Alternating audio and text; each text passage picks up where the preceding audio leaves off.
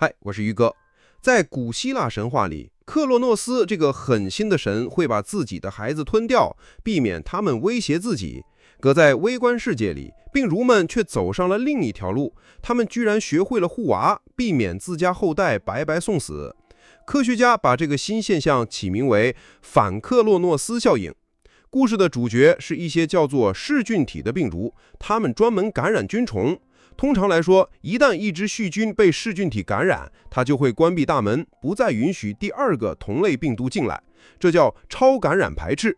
过去大家以为这是细胞在防御外来敌人，没想到其实病毒自己也参与其中，目的不是保护宿主，而是保护他们的后代。多伦多大学的科学家们盯上了一种叫 ZIP 的蛋白，它是噬菌体感染细菌后生产的秘密武器。ZIP 的功能很奇妙，它会破坏细菌表面那些细长的触手，学名叫菌毛霹雳。这些触手平时帮细菌移动和粘附，但对噬菌体来说就是绝佳的停机坪。ZIP 一上场，这些触手就变得又短又少，其他噬菌体就很难再靠近。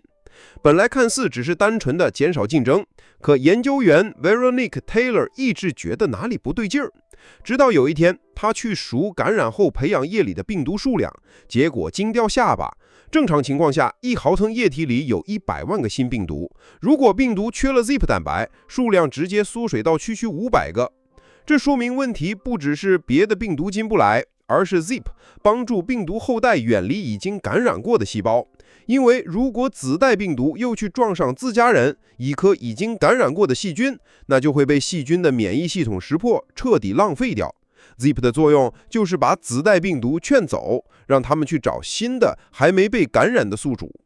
更有意思的是， ZIP 蛋白的生产还会根据细菌之间的群体感应系统来调整。